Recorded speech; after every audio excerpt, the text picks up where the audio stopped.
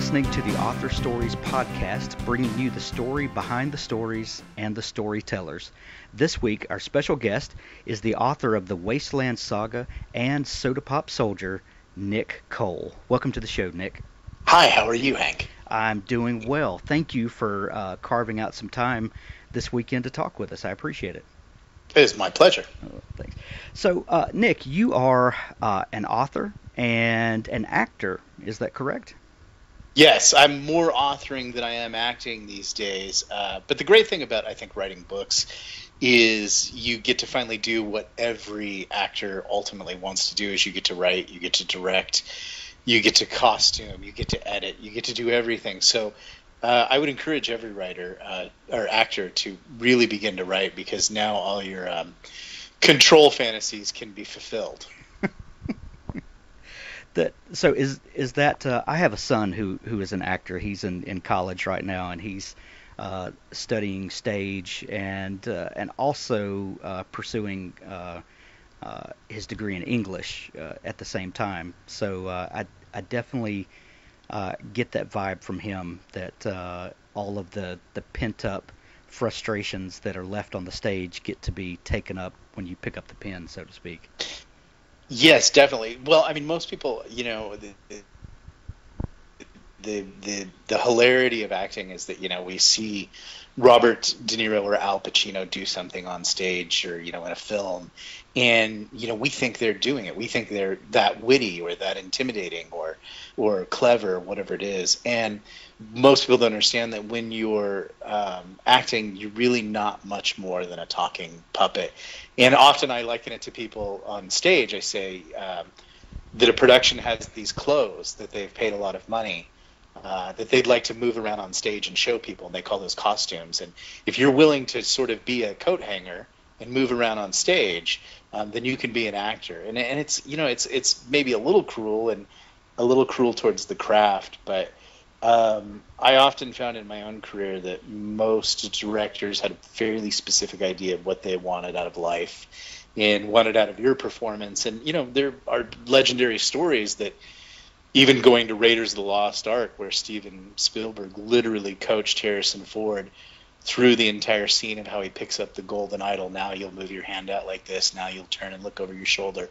So I think a lot of what people think is organic is actually not organic. It's very contrived. And older actors sometimes complain about having to sit in a shot for 40 takes and try to set the cup on the table 40 different times to get the camera shot just right. And so I think you get into acting not really knowing any of that. But then in writing, you're free to make as many mistakes as you want to make and do it how you think it should be done.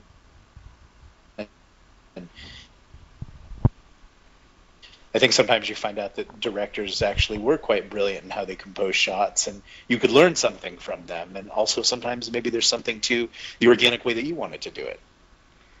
Are you there? Yeah, I'm here. I'm just absorbing what you're saying. Okay. So what brought you to writing? I get what you're saying about the that it's frustrating as an actor, and you a lot of times come away maybe unfulfilled and definitely not being able to put your vision into it. Is that what brought you to writing? I think no. I'd always been, you know, a writer ever since I was a little kid. When you do that project in school and you make the book, and I think when I read Lord of the Rings, I thought, well, this is quite a career I could be interested in. And I sat down and used to draw fantasy maps. And I'd always written. I was always telling stories when I was in the Army. I actually kind of embarked on a little short story career in the Army and got some things published. And then I took a break to go to film school and study acting and things like that. But the problem with acting is that it's just not something you can do every day. And if you really love acting, like your son probably does, you want to do it every day. You want to, when an acting class is 5 hours long, you're like, oh, this is great. You know, or when you're in a production, it's such a high. But then there are these horse latitudes between productions and between classes where you're just sort of casting about. And so, you know, the backstory for a lot of people when they see a celebrity actor kind of take a nosedive or whatever, you can most assuredly usually find out that it's in these doldrums, where you're kind of casting about. You're useless. You don't know what to do. You're waiting for someone to tell you to play a part. And I've found in my own life, because I was not a very successful actor, that this was a great time to sort of sit down and write out my fantasies, write out what kind of productions I wanted to be in. Or I was actually a starving actor. And so a lot of the times I was quite hungry. And so I would sit down and write stories, and without even really attempting to, they actually involved a lot of food because I was hungry. And so I was writing about food and things that I liked, and games that I wanted to play, or adventures that I wanted to go on. And so there, yeah, you're absolutely right. It did come out of frustration, but I think it wasn't like a bitter frustration. It was a frustration of wanting that outlet. Yeah, wanting to create. I mean, I think actors are the most fun people you can go to Disneyland with, because they are spontaneously creating. They're riffing off the audience. They're enjoying themselves. They're doing carts. They're cartwheels. They're capering for you. I think Richard Dreyfuss is the player in Rosencrantz and Guildenstern sums it up when he says, we're the opposite of people. We do on stage what other people do off stage, and we require an audience. And that's one of the really neat things about writing, is that you do have an audience. Yes, they're not sitting around the table from you, but I think when we're all writing, we're thinking about how what we're writing will be received, hopefully someday by somebody. And I think Kurt Vonnegut always talked about that. That was his dead sister, who he was writing for. And so it's really neat when you're an actor, because writing is a way of creating when you don't necessarily have people around the table. So you said that when you were in the military that you were writing short stories and having some success at getting those published. Did you just, when you decided to go to film school, did you just kind of drop the short story career, as it were? I think that I thought at the time, while I was in the Army, I really took the time to study the business of getting short stories published, which, it's a business and there's a model. And this was back in the 90s. And so I, read how to prepare manuscripts and read the writer's market. And I sat down and wrote stories and submitted and got rejected. And I think one of the first stories that I ever wrote got a really nice rejection letter. That was one of the best things that ever happened to me, because the person took the time to go through it and help me with it. And so those are neat moments when you don't always win, but you actually come out better for the case. So then I got out of the Army, and I was in Hollywood, and I had friends in film school. And that was a really fun, interesting lifestyle, and you were constantly telling stories to each other about the films that you were going to make, or those things. And the problem with that is it was actually done, oftentimes in bars, where you're drinking and not writing, and you're sort of carrying on, and you're making up stories and telling each other things. And I wasn't sitting down to write. And then there was I would say about a 4 to 5 year period where I didn't write anything. I had tons of stories that I'd verbally recounted, stories that were out there, but I hadn't actually written anything. And so that was, I think what I ultimately took away from film and studying acting, everything like that, were things other than writing. I think I took a lot away about characterization and story development, but I would say my ability to write, physically write, grammar and things like that suffered at that time. And so when I did pick up a pen again, it was very difficult, actually.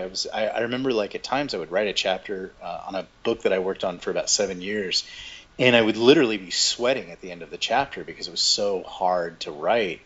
It was like, being away from the gym for 15 years and then coming back, and it was just brutal. Now it's really normal and easy. So I think writing is one of those muscles that when people kind of first initially get into it and they get excited about it, and I think everybody who's a writer, it takes them a long time to have the bravery to sit down and put something on page. And the first thing that you find is it's actually quite hard, and you hate what you've done. but it's just like going into the gym, you know. I mean, Yeah. you're working out with this totally buff guy, and you're like, I am a weakling. But if you keep exercising it, keep doing it, you'll become the buff guy, and you'll learn some things from that. So that's the long. I give long answers. No, that's perfect. What was hard for you when you tried to get those muscles working again? You said that you would literally be sweating.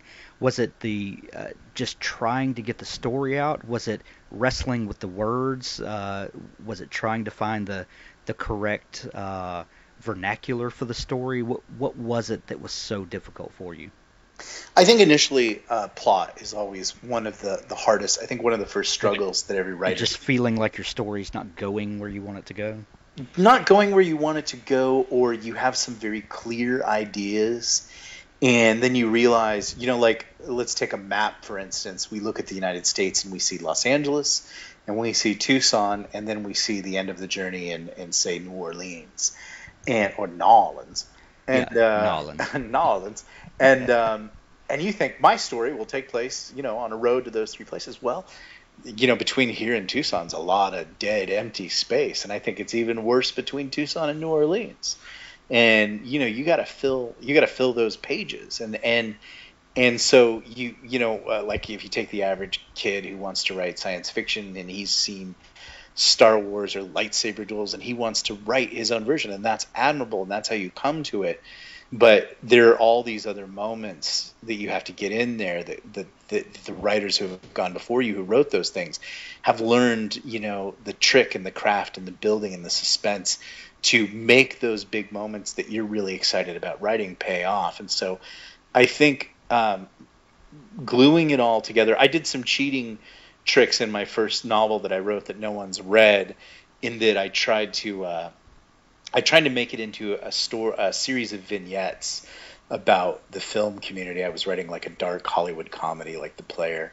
And so I thought I would cheat, and instead of, you know, writing one big long story, I would write sort of a bunch of different vignettes, and that was my attack. And that's okay. You know, you can learn to do whatever it takes to do the one thing that I would say every writer should do, which is start and finish. Know where you're beginning and know where you're ending, and get all the way through it before you go back and read anything, because when you go back and read things, that can be disheartening. But then, you know, that was what was causing me to sweat, was how, okay, so now I had the big scene where the bus crashed, and I really wanted to write that, and that was chapter 4, so now what happens in chapter 5? And so that was, I think that was the sweat, the initial sweat. But what I think what you're, maybe the subtext of what you're really sweating about initially when you start writing, is you're doing the one thing that every writer ultimately has to do, which is find your voice, but you don't know that. And so you're just writing sort of A to B to C stories, but you haven't mastered your voice yet. And so that takes time and revelation about who you are and how you like to write. And then once that kind of comes in, you know, there are other obstacles that have to be overcome, but you're sort of coming together as a writer. And there's no greater feeling in the world than being at the end of that first book and knowing that you took the story from the beginning of the journey all the way through to the destination. It's, you know, I mean, it's that sense of accomplishment that I think our elders and our parents and the crabby guy who had us paid us to mow his lawn when we were kids was trying to impart to us, is that, you know, finishing something is close to doing a job. And then the next step is, you know, what you need as a writer is doing a job well done. And you'll never get there until you do the first step, which is to finish it, do it. And you know, you as a writer, I as a writer, people who know writers, for every writer that you know that's written something, we've probably met 100 people who started a novel, meant to start a novel. Very few people ever finish a novel, and that's a weird one. That's, you know, you're very right about it. It's an excellent feeling, and it's maybe a sacred feeling to an extent, because there are things that we brag about in life. Our new Lamborghini, the hot chick that we've married, like I do. You can brag about those things, but boy, when you finish a novel, it's something so powerful that you don't necessarily feel like posting that on Facebook or because there's an amount of fear with it too. Like, now what do I do with it? Well, now you go through it 28 more times. Right. So it is a really wonderful feeling. You're absolutely right. And then once you've gone through that 28 times, then you start the process all over again, and you go through that exact same gamut of emotions Yeah. all over again. Yeah, It's eventually crazy. there are times that I always, I edit a lot, and then, I have editors, and then I edit more, and I've gotten to a point where I don't feel like there is enough editing that you could just, I mean, I think when I published my first story, The Old Man in the Wasteland, which was what kind of brought me to the notice, brought me to the attention of other people. I had sat in my backyard for 4 months straight and read that book every day through. And I was, every time, like, you're getting up to the 28th time and you're still finding mistakes, or you're still finding a way it can be said better. And so, it's always fun. And then there are sometimes you're like, I can't read this one more time. I can't go through this. And there's a danger there too, because you don't want to lose the emotion of whatever it was that you're writing. I'm a big fan of writing something initially, and yes, you're excited about it and all these things, but put it in a drawer for about 2 weeks and go write something else and then come back to it. And things always get better if you just put them away for a little while. Yes. You talked earlier about having these stories that you had shared verbally with other people. Do you count that as part of your creative process? Like for me, I know I'm constantly telling stories to my kids or to friends, and and to me, that's where those ideas start to build some depth and some character. And some days I may not touch the keyboard for 3 or 4 days, but I count that as my writing time because I'm allowing those characters to kind of live and breathe in my mind. Do you have a process similar to that?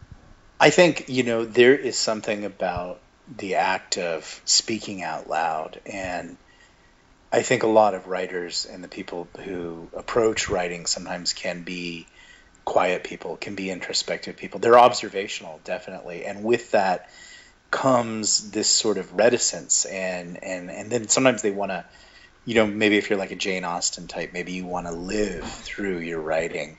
But there is, I mean, what is writing? You're arrogant enough to tell people, I'd like to monopolize the next 6 days of your life and have you read my novel. It's very arrogant. And so talking out loud is the basic act of communication going back throughout the entirety of human history, sharing information. So what you do, I have only recently begun to understand the value of, because I think I used to prepare stories and then give them to people, and I really wasn't interested in their feedback. I was just sort of holding court at a bar and trying to dazzle people and sometimes hit on women by telling them I'm a writer and here's my wacky idea. But with my wife, I'll be sitting in bed. I don't go to bars and hit on women anymore. But I'll be sitting in bed and we'll be talking and in the morning and having coffee. And she'll ask me what I'm working on, and I'll feel this like, well, don't say anything. This idea is stupid. It's not ready yet. But sometimes I'll force myself and I'll just say, well, it's this and it's this. And as I begin to talk, I see some connections that I hadn't made yet, just inside my head, where she might ask me a question about something because she asks a lot of questions. And so sounding it out, sometimes I see the problems, the flaws, the depths, the continuity. There is something about sharing your ideas and talking with other people that really helps a story develop. And it's kind of wacky because we have a culture, and especially towards writers, where people are very afraid to put their ideas out there because they're going to be judged or ripped to shreds. Or, before George R.R. Martin was anybody, he was just some dude who's kind of, obviously a Dungeons and Dragons nerd of some sort.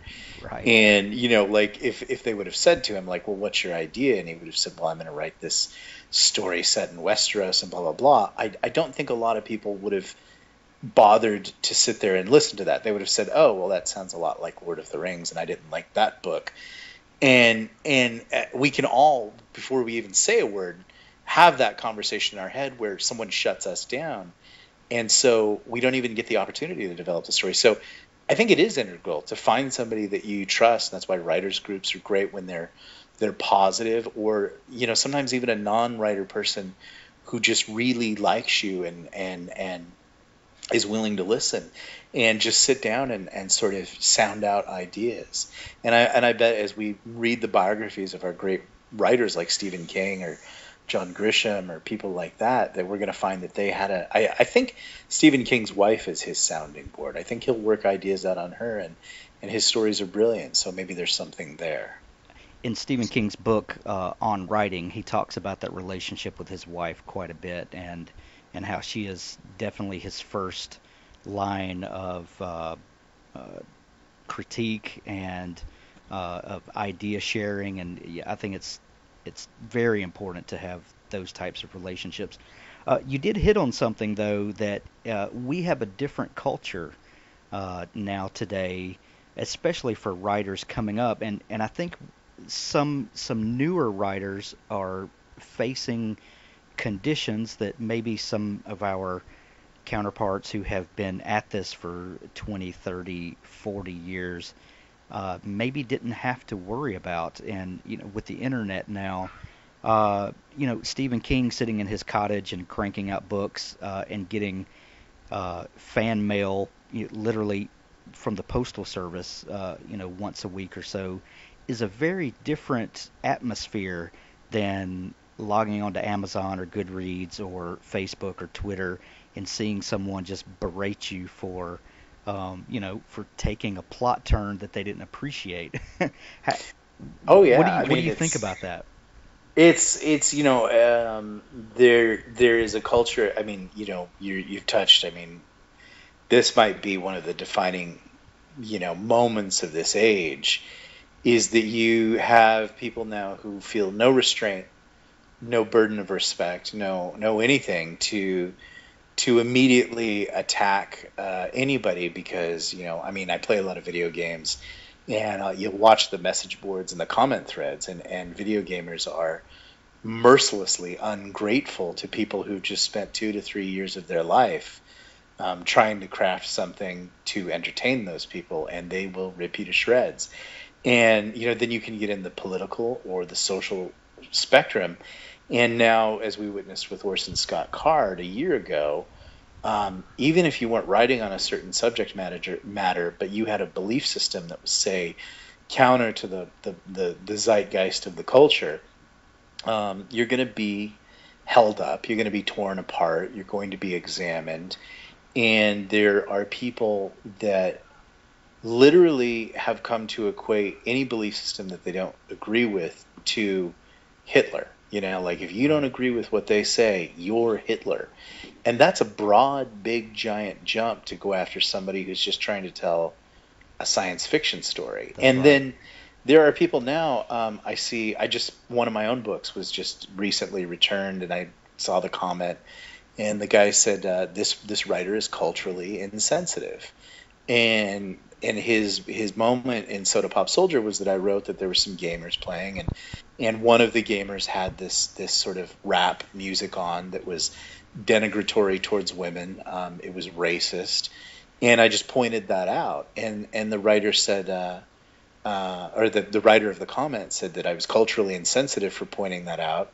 And I was like, but wait, aren't you, so you get these people that don't have, because of the anonymity of the internet, and there's no repercussions or anything like that, they can go and dump a ton of garbage on you, and there's no burden for them to stand up in the public square and decry you. There's no assault on their reputation. They don't even have to defend their position. They can attack ceaselessly, and it's something that happens to every writer. I think when it happens to us, we feel totally alone. We feel totally victimized. We feel raped, basically, because we put, people read things into my first book that had no, that wasn't even the basis of what I was writing about. I remember going back to Stephen King, that in one review, I was equated to be as bad as Stephen King, and that we were both racists. And I was trying to Wow. find out why the person, thought that we were racist, or I was a racist. I know Stephen King isn't. I know he's, as far left and liberal a humanitarian, a humanist as you can be. I'm a little more conservative, but I was not writing any sort of racist thing. But this person used a very broad brushstroke and stamped it on it. And you go to Amazon and you say, "Hey, I don't even think this person, they didn't even say there was so much in their comment that was unhinged." And Amazon's like, "Well, that's tough luck. It's a forum, and regardless, if it doesn't, I think, contain outright threats to your person, anybody can paint you with a brush now that is a little rough." And so yeah, and there's a culture now of I think a lot of people are talking about the tolerant intolerant, that there's just an amount of intolerance towards anything you don't believe. And I'm seeing a lot of writers now who, instead of saying, "I'm going to write this story that's really exciting and it's about lightsabers or hobbits, or and this moment's going to be really great," I see people starting off with the premise of their story, "I want to write a diverse and inclusive story about a particular race or gender group." And I'm like, well, that's not a story, that's a character. And so we're approaching this moment in writing where the character is actually becoming much more important than the story, which kind of defines our culture right now. People are far more important than sort of our bigger overall narrative. The ability for you to jump on the internet and blast people is much more important than anything else.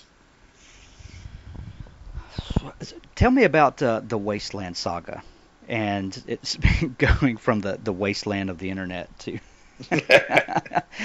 how did that series come about? Well, back in 2011, I had that dark sort of Hollywood comedy, and I had an agent, and he was trying to sell it, and no one was really buying because it was so good. So I had written another little book, and it kind of came out of a love of one of my favorite books, which is Hemingway's The Old Man and the Sea. And I was laying around one day, and I was thinking, wouldn't it be great if The Old Man and the Sea were set 40 years after a nuclear war, and you could basically tell the same story. And then I kind of modified it a little bit, and I said, well, what if this guy has one book for 40 years after a nuclear war, and that book is my favorite book, The Old Man and the Sea, and he's really come to identify with that book? What would that be like? And so I wrote this, and I gave it to my agent, and he said, no, it's too much like The Road.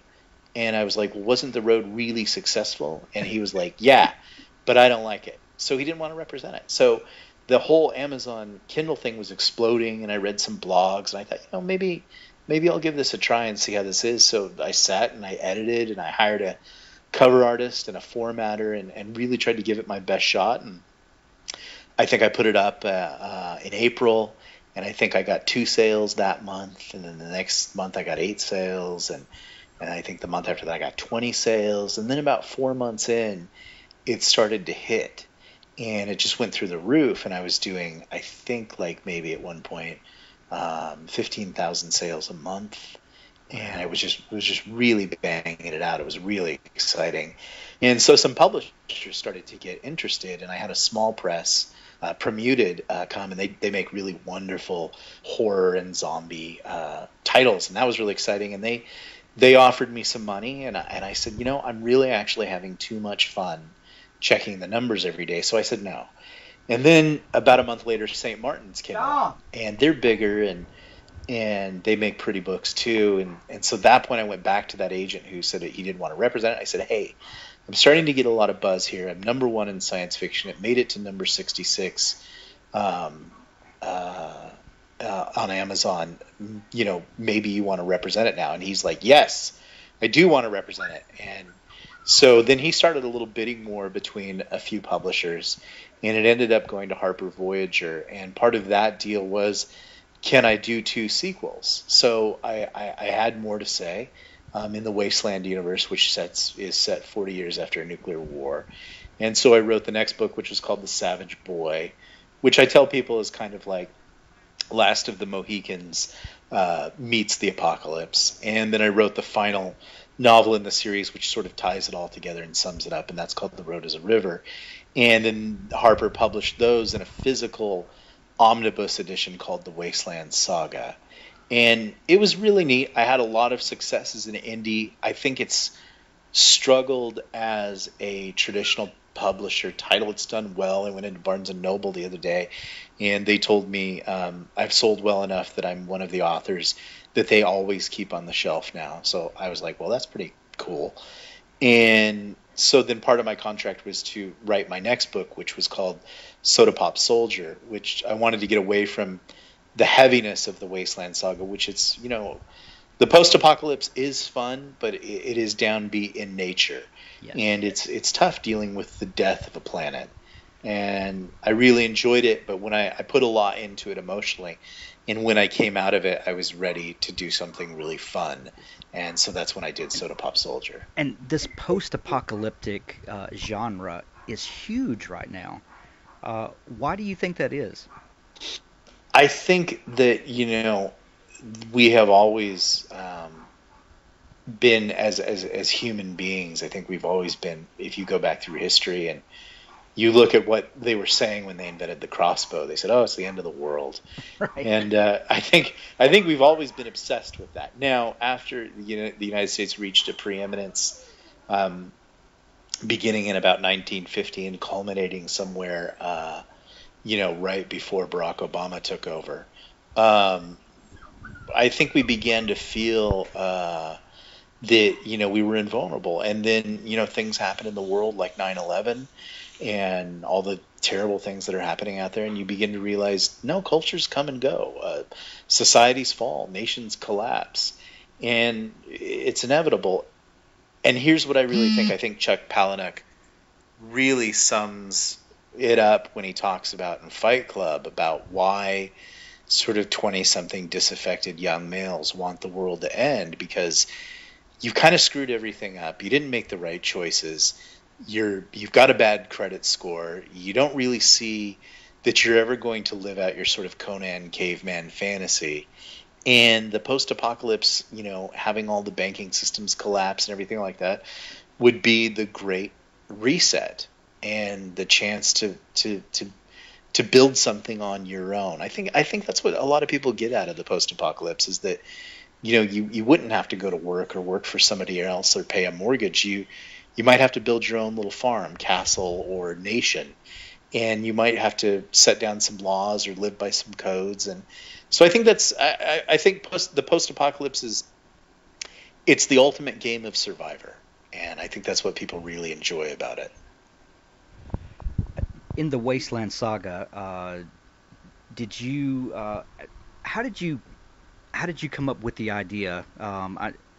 You were kind of riffing off Hemingway, but you said earlier that when you began, you were really fascinated by fantasy and reading Tolkien and all that. There's a big trend now where a lot of people that are fascinated with fantasy kind of wind up in sci-fi and this kind of futuristic fantasy. Do you see a link there? And why do you think some of our fantastic stories are morphing and changing? Do you have any opinion there? Well, interestingly, when you go back and look at Tolkien, he was a Christian, and he was writing about the overall arching theme of Christianity, which is that Christ will return. And he was setting the entire Middle-earth world in something that was very similar to what he was experiencing in post-World War I. He was experiencing a downfall, a darkness, a rise of evil. So it's interesting that there's actually a lot of modernity. Let's say it that way. In fantasy, and I think that's what people sort of maybe like about Game of Thrones. There is sort of a struggle for power and drama that is very applicable to today. I think there was a dangerous trend in sci-fi, and this might get me in trouble with people, but we went away from fantastic science fiction, and the killjoys of hard science came in. Hard sci-fi came in and said, well, no, you're never going to have a transporter. You're never going to go faster than light. You're not going to explore new worlds. The best you can hope for is 0.98% of light speed and a light hugger and a 40-year haul to Alpha Centauri. And that was the first kind of vibe kill. Yeah. And and that really wrecked sci-fi. But then you had this guy come out a couple of months ago and say, "Hey, we can make Alpha Centauri in 2 weeks with this bubble ship I've designed." So it's kind of amazing that sci-fi, came from such a fantastic, adventurous outlook, and then kind of in the 80s it began to get really pessimistic. And then when I sort of got signed with a sci-fi title, which was Harper Voyager, I looked at a lot of their titles that were supposedly sci-fi, and it was really a lot of it wasn't wide horror porn. Yes. It was just, and I was like, well, this is sci-fi, and that's what's selling. Witches and, female vampire hunters and, sort of dark, driftery, Raymond Chandler-esque versions of demonic warriors who were kind of split, and that's not sci-fi, that's horror. Right. So I was a little stunned. I think there is a new renaissance, as the English say, in sci-fi. I think the Expanse series, though it is hard SF and things like that, but I think as the new Star Wars comes back online, I think a lot of people are going to get back to the optimism. I think if the Star Trek series had been handled better in the second movie, I wasn't a big fan of that. I think people would have gotten excited about writing faster than light travel and exploring new worlds.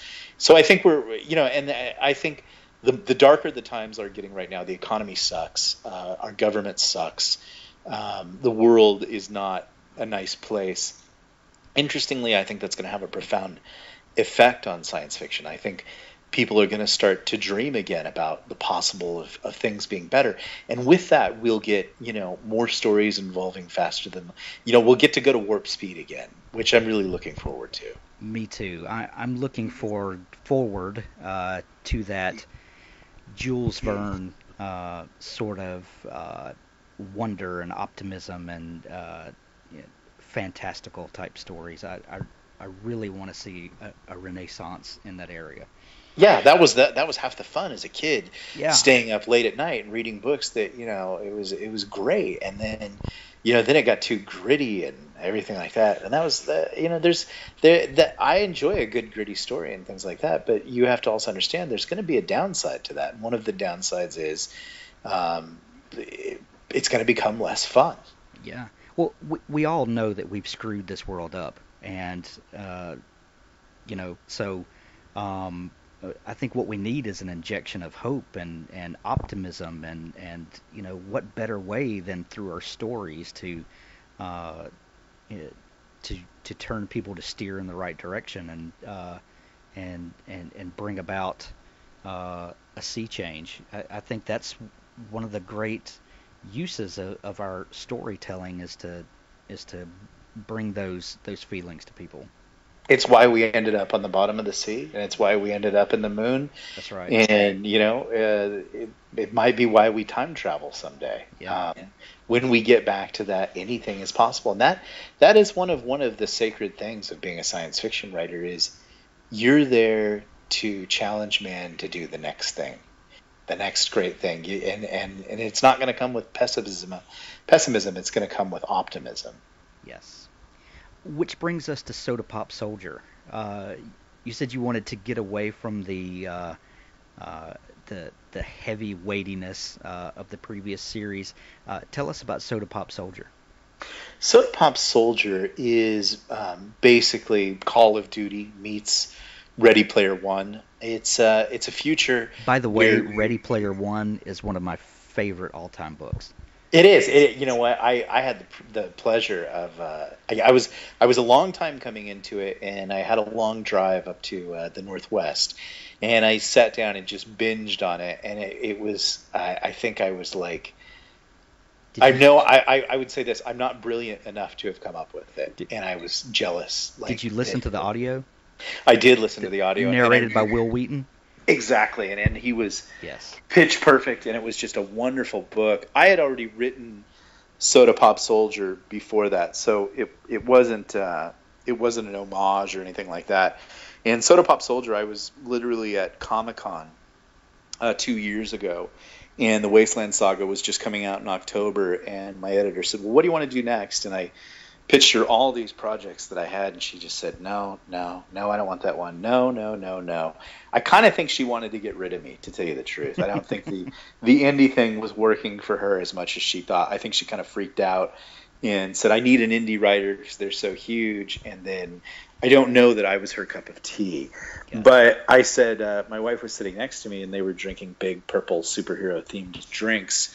And I was kind of giving up. I was like, well, that's all I got. And my wife said, well, you have that book, Sodapop Soldier. And as soon as I said the title to the editor, I think that was what attracted her, because she really liked the title. And so Sodapop Soldier is, in the future, video gaming is very important. Corporations actually put together big, giant digital armies to sort of fight in modern warfare combat style, like an NFL game, for advertising space, which advertising is very important in the future. And so our main character is one of these fighters. His personal life isn't doing so well, and he needs more money, so he goes into an illegal tournament called the Black, which I tell people is sort of like World of Warcraft meets the seedier side of Vegas. And he has some adventures in both of these worlds, but the players and the things that are going on begin to insert themselves into his real life. And it's all based on one of my favorite authors, besides Hemingway. And I probably actually like this writer. I like The Old Man and the Sea. That's one of my favorite books. But one of my favorite writers is actually Raymond Chandler, and I'm a big fan of noir, and especially LA noir. And so this book is sort of patterned as a I call it game noir fiction. It's sort of like a noir set inside of a game. So what's the big overarching theme of Sodapop Soldier? Is there a story? Is there a nugget of truth in there that you're trying to convey, or is this just a fun story?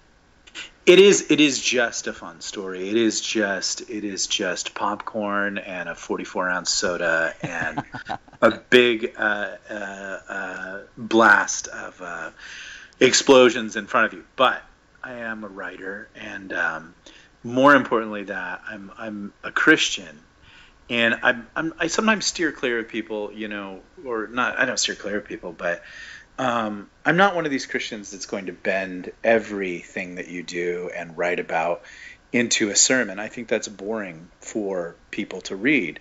But the reason I say I'm a Christian is that influences the way that I think. And I am an absolute moralist in that I think that there is a right and a wrong. And so the fun of that, and I think the fun that people will find in it, is I created a society in which right and wrong were becoming very relative. And so inside the Black, which is this sort of World of Warcraft meets the seedy side of Vegas, you can't play these kind of games. They're illegal. And if you play them, you get a federal re-education sentence. But anything can happen. I mean, they're literally doing this, one game where they try to get a drug addict to kill himself, and if you do that, you'll win a house. And so there's all these kind of contests within the backdrop of this sort of gothic fantasy massive MMO that large portions of the world are watching. And so as a Christian, the question that I wanted to raise is, okay, if we all keep heading towards relative moralism where people are saying, and we're saying it now, like, well, what's okay for you is okay, and what's okay for me is okay, and we all want absolute freedom. And this is not a right-left issue. Libertarians will fall just as in line with sort of left-leaning people, who will just say, we just want freedom. Well, okay, but at what point, and I thought up some things. I think one reviewer that I just read said I literally cringed and couldn't read this part. But I wanted to take people to a place to say, there are points where we're all going to agree, and this is not in the book, but it's just a graphic example I'll use. that's sort of killing infants. Like, killing a baby is probably about the worst thing that you can do. So we all have that. We all can say that's wrong. So there, as much as we may want to deny relative moralism, there is an absolute to things, and maybe the thing that our culture needs to do now is find, well, what is that absolute? What is good and evil? And so I twisted it around, and I do not like to preach sermons. I'm not going to ever preach a sermon in a novel, and because I write for a lot of people. I write for atheists. I write for I'll be surprised sometimes when sort of a person that's coming from it. Like one time, I remember this very hardcore lesbian lady just wrote me this nice thing and said how much she enjoyed the book, and I was reminded that I'm writing for everybody, not just people who believe what I believe. And so you have to be very respectful of that. You can't jam ideologies down people's throat. So I had one of the villains, kind of posit this question. And the question was, is anything wrong with anything? And that's a question I think our society, if we all kind of want to have this kumbaya, ebony and ivory moment where we start getting along and stop flaming each other on the internet just because someone has some different attitudes, we might all have to have the courage to start talking about, are there things that we can all morally agree that are wrong? And I think there are. I think all the sides will actually find, yeah, there's some things that we might have some gray areas, but we don't have to nuke each other just because someone, thinks differently. But we should maybe start with the basis of, well, what's wrong? What's evil? And so I think that was that I was able to put that in the novel. Besides all the bubble gum and the explosions and the popcorn and the 44-ounce Coke, and and I think one of my readers said in their comment, they said, if someone would have told me to put that book down at that moment, that I was writing this big critical scene in Sodapop Soldier, they said I would have slapped them across the face. So it's exciting, but at the same time, as a writer, you kind of want to maybe occasionally ask a point of disturbance question, a point where you kind of make people say, well, and that's how you kind of maybe nudge it into literature occasionally. You don't want to just write, things that are just nonsense. You sometimes want to ask some. I think that's what science fiction often did. That was just so much fun. Is they asked us challenging questions about what it means to be human. Well, and when did we come up with this distinction that genre fiction is just pure entertainment and literary fiction is where all the deep things happen? And why did we allow that distinction to happen? I think publishers did that to us to a large part. I think I'm going to blame them for the easy blame, in that they love it when James Patterson sells a gazillion copies. Yeah. And at the same time, they inwardly loathe it because they don't care for it. And I would be honest that I don't care for sometimes some of the things I've written that I've read that are just wildly popular. It's bubblegum. It's word porn. It's not that great. And sometimes you'll read some deeper stuff, literary stuff. And I think publishers said, well, that, publishing that thing that's so wildly popular, I think they felt like they were carving off portions of their soul. And so in sort of a wild pendulum swing, they went to the opposite side of they made sure to publish things that were quote unquote important. And the problem was, I think that a lot of people who published the quote unquote important book were given a license to be incredibly boring. Yeah. And the sales show. And I think it was like a weird sort of karmic justification that publishing sort of allows itself of like, well, yes, we know we publish, the literary equivalent of cocaine, but we're over here with these vegan vegetables, and they have no butter, no sauce, and they're not even cooked. Enjoy. And so, and I think the marriage is, and what we just had this whole conversation about, write the next J.J. Abrams movie in your head, blow stuff up, but don't miss the opportunities to ask some important questions. Your characters are smart. And then here's the last part that I would say on this question. There is a mafia out there on both sides, but I would probably say from my side, the mafia on the other side, there's a bullying going on, and people are afraid to write some things and ask some very difficult questions, because if you ask those questions, you could be a racist, you could be a misogynist, you could be a lot of things, and you could get in a lot of trouble. And yes, there will be a segment of society that will come along and dump, as Orwell would say, the 2 minutes hate on you. And it's on both sides. You could get it from the right and conservatives. If you write something, there's a group of people who will go after you and pick at you. And on the left, they'll shut down your cake shop, And so what we're creating is this climate of fear where if you don't write the acceptable character, and it's kind of a bummer, because it's a lot of the times everything that's supposed to be acceptable now is very stereotypical, and it's very racist in its desire to please everybody. And it's not always the truth. Some gay people are jerks. Right. Not every black person is Morgan Freeman. Not every white person is the devil. Not every religious person is a nut. But you see in a lot of writing, like, hey, we're going to, every black person is Morgan Freeman.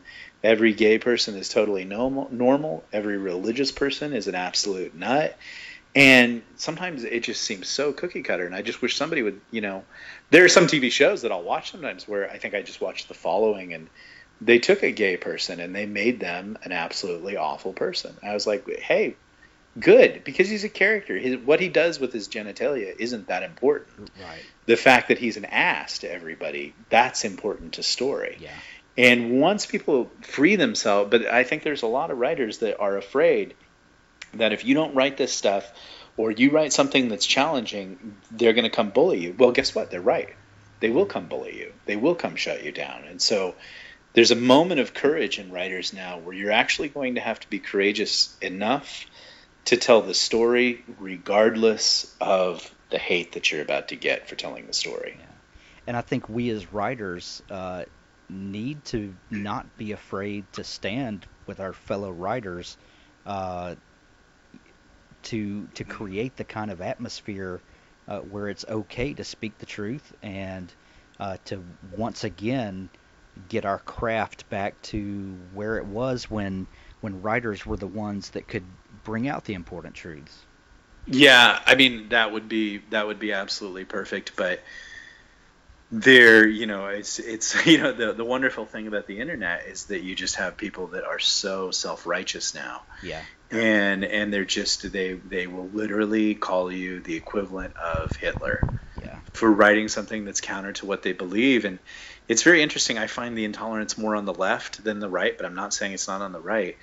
But I see, like, if you take a lot of Christians, and I'm one, I'm working with some writers right now, and we're publishing a sort of paranormal big series, and some people are in there writing things that I don't agree with. But I want to give them the space to do it, and I don't shut them down or say things. But let's say I hired a guy who had some specific attitudes that weren't popular. And, do I shut him down just because they're not popular, or do I shut him down just because I don't agree with him? And so you kind of, I think there's this, it's kind of weird, but it used to be, very literary to read banned books. Mm-hmm. And now you find the people who really support reading banned books are the ones banning books. Yeah. Yeah, it's funny how that comes full circle, isn't it? Yeah, it's I think I listened to a popular radio show host, Dennis Miller, and he goes, it must be quite surprising for the people who said fight the man to realize one day that they are the man. And it's kind of a bummer. You thought, well, but maybe the pendulum will center, but no, it has never been a braver or more exciting time to be a writer right now, because I think the problem, though, with Amazon and things like that, and I love Amazon, is that you get, as a writer, you get a taste of what it's like to get your hand in the rice bowl. And you get to make money, and you get to finally make some money doing something that you love. and then you kind of find out that there will be repercussions if you're completely honest. But we need to maybe, all of us need to maybe pull out sort of some of the tales of the muckrackers and Jack London and a lady that was kind of the seminal person. I forget her name. I was just reading about her. But we maybe need to get back to that moment of speaking the truth regardless of the outcome. Absolutely. Nick, what can we expect from you next? Right now, I am just polishing up. I'm probably going to go. My publisher wants to do something new and unusual with a book I'm writing for them. And I can't really talk about that one yet. But they did say you can go ahead and put some things out on your own. And that was like I haven't actually been able to publish anything because of a non-compete clause.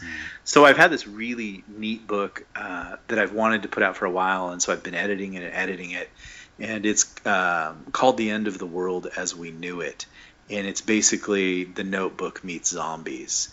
And so I'm probably going to have that out in about the next month or two. I love it. Yes. I hope so. It's going to be great. Where can they find your stuff now? Amazon? Amazon is always a great place to start. Yeah. As they say, in Chicago elections, vote early, vote often. Don't just buy one for yourself, buy one for your friends. Absolutely. With the Amazon gift option. And also HarperCollins has a wonderful website where you can find me. And then HarperCollins also sells their own. They have their own digital reader, and that's kind of neat and exciting. I think that's important for, to bring to, Amazon doesn't have to be the only one. They're just the one that did it the smartest way and the best way. Right. But it should be a challenge for everybody to and I think Amazon would want everybody to try because competition is good. That's right. So. And at the end of the day, we want more people reading more books. Yeah, exactly. Regardless of the vehicle and the methodology. Exactly. People don't just buy one book. Yeah. And that's it. And they don't. I also don't think they just buy from publishers. They don't say, "Well, I really like Nick Cole's HarperCollins stuff, but I'm not reading his other stuff." Because right. No, it's and also nickcolebooks.com is my website, and then I'm on Twitter at nickcolebooks, and on Facebook, and I that's how I interact with you, and I really like to interact with people on Facebook, and so just hey, friend me, and I like to help writers. I often offer to work on people's elevator pitches for them.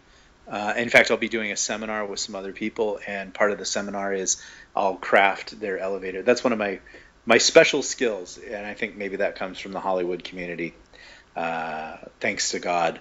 But it is the ability to create a nice little elevator pitch for people, and so I really enjoy doing that. Excellent. Well, in the show notes, Nick, I'll put links to all of the places where people can connect with you and purchase your books. And thank you so much for taking an hour of your time on a beautiful Saturday afternoon to chat about books. Oh, thank you so much, Hank. I really enjoyed myself. I did too.